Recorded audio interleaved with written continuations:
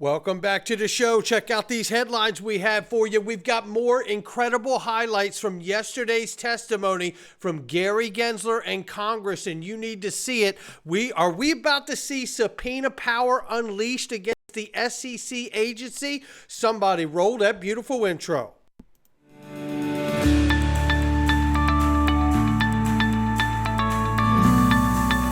Digital Perspectives with Brad Kimes. Come on in.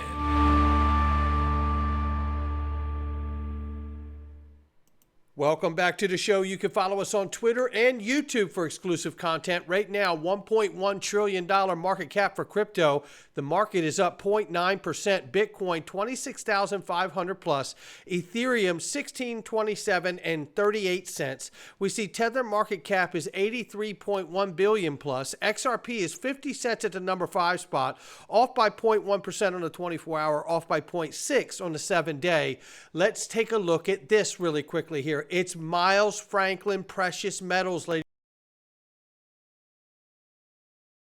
Right now at a very special price, and even 1/10 ounce gold eagles as well, or British sovereigns, but it is a limited supply and it's about to run out. Make sure you use the email or phone number below underneath the video and tell them that Brad Kimes Digital Perspective sent you, and use the code DIGGOLD, D-I-G gold. Link underneath the video. Okay. Woo, scratching my throat this morning. Crypto wallets coming to Xbox and PlayStation here. Shout out to Chad Steingraber here. Xbox will be adding crypto wallets, so will PlayStation. This new type of gaming will be called play to earn, where players can earn money from gaming. Take a look at this diagram very quickly here. Crypto wallets, right there. Extremely, extremely exciting to me. You know, I was just talking to a member and friend inside of the DPMG, Digital Perspective Mastermind group. If you have not checked it out, I encourage you to do so. People are changing their lives in there and getting focused on how to build their wealth and maintain it. I kid you not. And one of the points that was made from the DPMG member is that gaming, just like being made here, is going to be an enormous, enormous part of crypto in this play-to-earn gaming world that is about to explode. Make sure you don't miss that for sure. Now, you definitely don't want to miss this. We have more highlights from yesterday's testimony, and they are unbelievable clips. You need to see this. There are really major confrontations happening in this testimony. You need to know about all of it. U.S. Congressman tells SEC Chair Gary Gensler his bill would fire him and restructure the SEC. And Stephen Nureyoff here, ETHgate whistleblower, says, seems like there is confusion that agencies are still here to serve the people. They've evolved to protect government and institutions from the people. SEC protects financial incumbents. FBI keeps citizens in line, and the Justice Department protects all other agencies. An overhaul needed. Well said, Stephen. Now listen to this quick clip here. And it introduces a major questions doctrine. And you told Mr. Barr that you received tons of feedback on your proposed ESG disclosure rules, feedback that should make clear that the proposal for ESG disclosure is a major question. And it should make clear that you don't have the legal authority to do that. So I'd ask you to knock it off. Cease and desist and work with this body to pass a law if you want to regulate something. You know, frankly, your time as chairman has highlighted two problems, a Gary Gensler problem and a structural flaw in the SEC. And as I told you in April, I proposed a solution called the SEC Stabilization Act. You're making the case for this bill easier every day you are acting as the chairman by doing rulemaking after rulemaking without any regard to the impact of these rules, or maybe that's the feature for you, I don't know. But it's having a massive impact on our markets. I mean, we have markets that truly are the envy of the world, and why would you disrupt them with processes that are driving capital out of our markets? Not because to avoid our laws, but to find some place where they can get clarity, where they can work with a regulator and get a decision in a path forward. So instead of selectively applied, you are you're not providing clarity with a rule that's evenly applied. You're intentionally shortened comment periods to limit feedback. And the courts have even called this arbitrary and capricious. You're pushing a woke political and social agenda, and I think abusing your role and the authority of the SEC as cover. So, I think fundamentally, the SEC Stabilization Act would remove the role of chairman.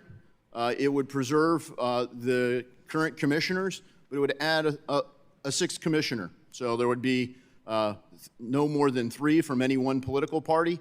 And so that would provide a path that would make the SEC do what you're avoiding. Frankly, you're front-running Congress, you're front-running the courts, you're front-running even the own administration, and no one has held you to account for that. That is true, and it is Congress's job to hold him accountable. And what is interesting in that comment is Gary Gensler is front-running the government and Congress. And what I find interesting about that is that SEC and Chair Gensler is out here telling everybody he's going to squash the crypto exchanges because they're front-running the markets, which I believe in some cases is happening in that case too. Oh, the irony. It's so thick you could choke on it. But you know what? Here we have this clip, and before I play it, you're going to hear Byron Donalds dropping bombs here. And what we need to understand is that there is a lot of divisiveness between the last administration and president. And this clip should be a check for every person who hears it. You do not have to like the previous administration or the previous president. But if you are a patriot of this country and the way it is supposed to function, no matter where you sit with your ideology, this should disturb you to your core.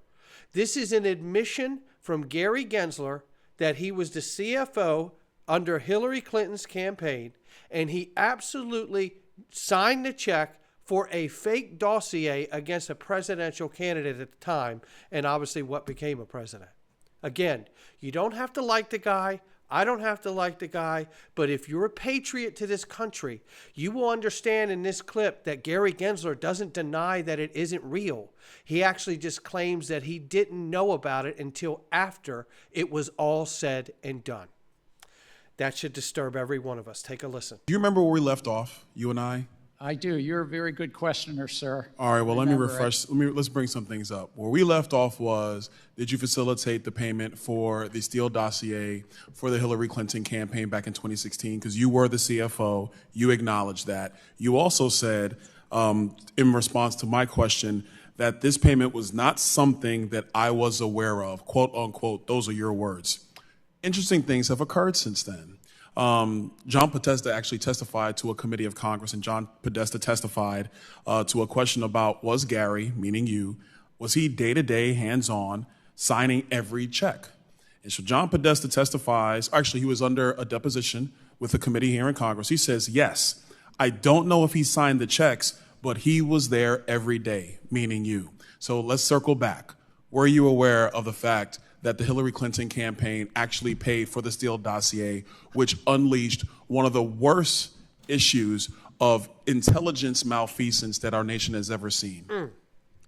No, sir, I answered this 6 months ago, and this is the same answer today. No. You weren't aware of what was going on? Mr. Gensler, I find that very interesting because, if I listen to some of the people and the staff that have left the SEC, you're very aware of everything that is going on. It's actually your MO. You're very hands-on. So you're going to tell the committee right now you had no idea that the Hillary Clinton campaign, of which you were the CFO on, sent money to Perkins Coie for a dossier that was phony, that led to the spying of a presidential campaign in 2016. You were not aware of any of this? Sir, as a chief financial officer in a political campaign, I was not aware of what a law firm was doing with some of the monies that they got. Now, I find that interesting because in some of your other rhetoric about CFOs in the public sector, the private sector of our economy, you are very tough on CFOs. You've said on the record on many occasions that CFOs have a fiduciary responsibility to the organizations that they cover, that they should be aware of everything that is going on. So how is that a standard you hold CFOs in the private sector to, but you don't hold yourself to that same standard? That's not a standard that the SEC holds CFOs to. It's about their financials and that the financials are put together in accordance with GAAP and that the numbers are accurate. And that they're So did you accurately pay for the material Steele regards. dossier out of the Hillary Clinton campaign? Sir, I learned about that way after President Trump was a president and Hillary Clinton was a private citizen. All right, well, So there it is. And there's the admission. He didn't come out and say, no, that actually is a real document and it's real and it's actually factual. No, he's admitting that that was actually a fake document. What a disgusting moment that is for everyone, no matter where you stand in this world on politics. Oh boy. U.S. Congressman says SEC Chair Gary Gensler is refusing to turn over documents requested by Congress 7 months ago. Quick clip, take a listen. In February, the committee made multiple requests for documents to the Securities Exchange Commission. This is normal congressional oversight. Yet 7 months later, the committee has not received a single non-public document that was not part of a FOIA production. As I said, our patience is wearing thin. The SEC is not above the law, nor is it unique. Other financial regulators have routinely complied with congressional oversight. So let me be clear. I do not want to be the first chairman of this committee to issue a subpoena to the Securities Exchange Commission.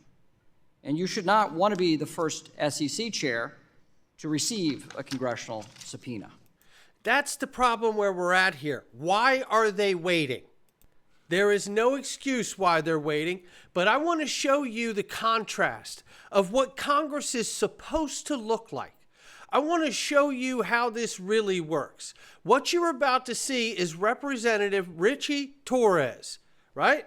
And he's going to show you what Congress is supposed to look like when you put the people and the matter of the people more importantly than your political party affiliation or your connection because of that affiliation politically to some other appointed bureaucrat. Take a listen as he gets owned here by Representative Richie Torres. And I appreciate this gentleman coming here and Representative Torres calling him out on this matter. It is a very, very important exchange. Take a listen. And as far as I can tell, thank you, Mr. Chair. Mr. Gensler, good morning.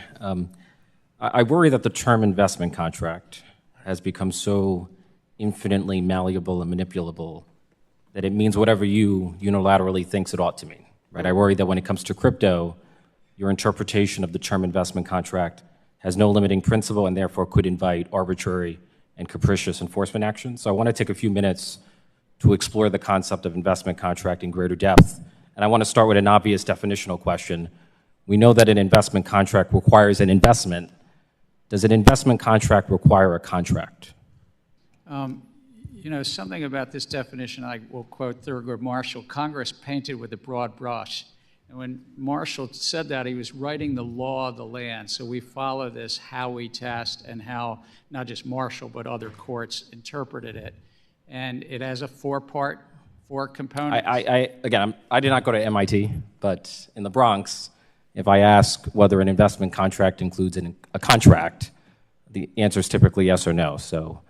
Well, actually, sir, under the Supreme Court law of the land, they do not write that in. They say it's an investment of money in a common enterprise, and you're anticipating profits based on the efforts of others. So I took an oath to follow the law of the land, and that's the Supreme Court law of the land.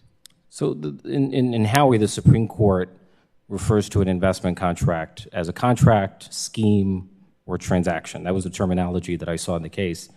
And as far as I can tell, there's nothing in the Supreme Court's jurisprudence that suggests that a scheme or transaction means the absence of a contract. And so by way of illustration, consider the landmark case of SEC versus Howey. In the Howey case, there was not a single contract, but there were two contracts. A land sales contract with the Howey company and a service contract with Howey in the Hills.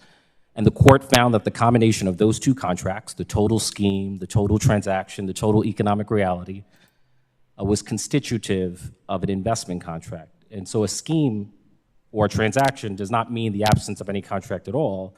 It means, as it did in Howey, a multiplicity of contracts. In August, there were 6 law professors from law schools as preeminent as Yale who came to the following conclusion, quote, "No decision of the Supreme Court has ever found that a scheme that does not involve a contract could qualify as an investment contract." And so do you disagree with that statement? And if so, could you please cite a decision of the Supreme Court that has found an investment contract in the absence of an actual contract? The SEC has been in front of multiple courts, and investment contract has been...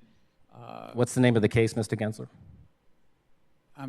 The Supreme Court case that has found an investment contract in the absence of an actual contract. Do you have the name? Can you cite a case?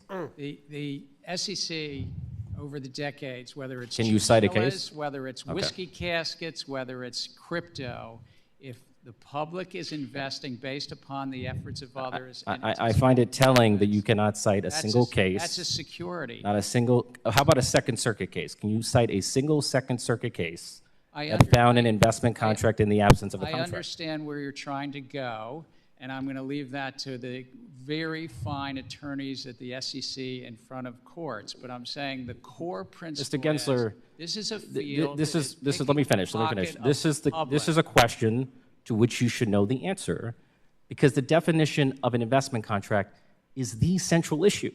That's what determines the extent of your authority. That's what determines the applicability of federal securities law to crypto transactions.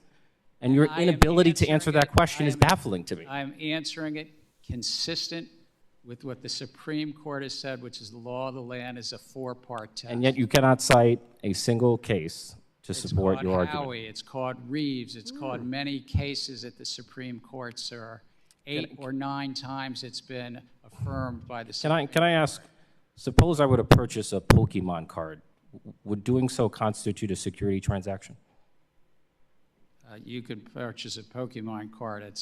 I don't know what the context is, but if you're just purchasing a Pokemon card... If I purchase a Pokemon card, is that a security transaction? Store, that's not a security. Okay. If I were to purchase a tokenized Pokemon card on a digital exchange via a blockchain, is that a security transaction? I'd have to know more. Okay. So for you, the process of tokenization is what transforms a non-security transaction into a security transaction? Look, if the investing... I thought you were technology neutral. If the investing public is anticipating profits based upon the efforts of others and they're exchanging funds, that's the core... I see my time has expired, so... This guy, Gary Gensler, is absolutely a rogue bureaucrat inside of a government agency. There's just no other way to see it. And I think you can make an argument for a lot worse. But before we get out of here, let's see what good news we may be looking at in the charts here. A shout out to Eggrad Crypto for this. He says the analysis is set on a 4-month time frame. Target $2. We know that he's also targeted in the short term $6 to $7 range.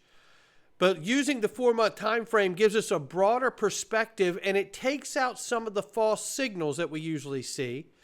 The $2 price level holds significant importance as it aligns with key historical points. Back in 2018, it marked the peak of the body candle. April 21, it saw it as it peaked of the wick, hitting 196. Remember, the higher time frames to filter out those false signals. Take a look at the clearer picture here. You can see where he talked about the peak here, 2017, 2018, and then the peak here at 192. And what we could possibly see, but we know that we need to get out above that 83, 85 cent price point to really start getting confident about saying, hey, you know what? I think that $2 to $5, $7 range that we hear so much about is actually on target. So keep a close eye to what's going on with that. Not financial advice from me or anyone else. It's just my digital perspectives. I'll catch all of you on the next one.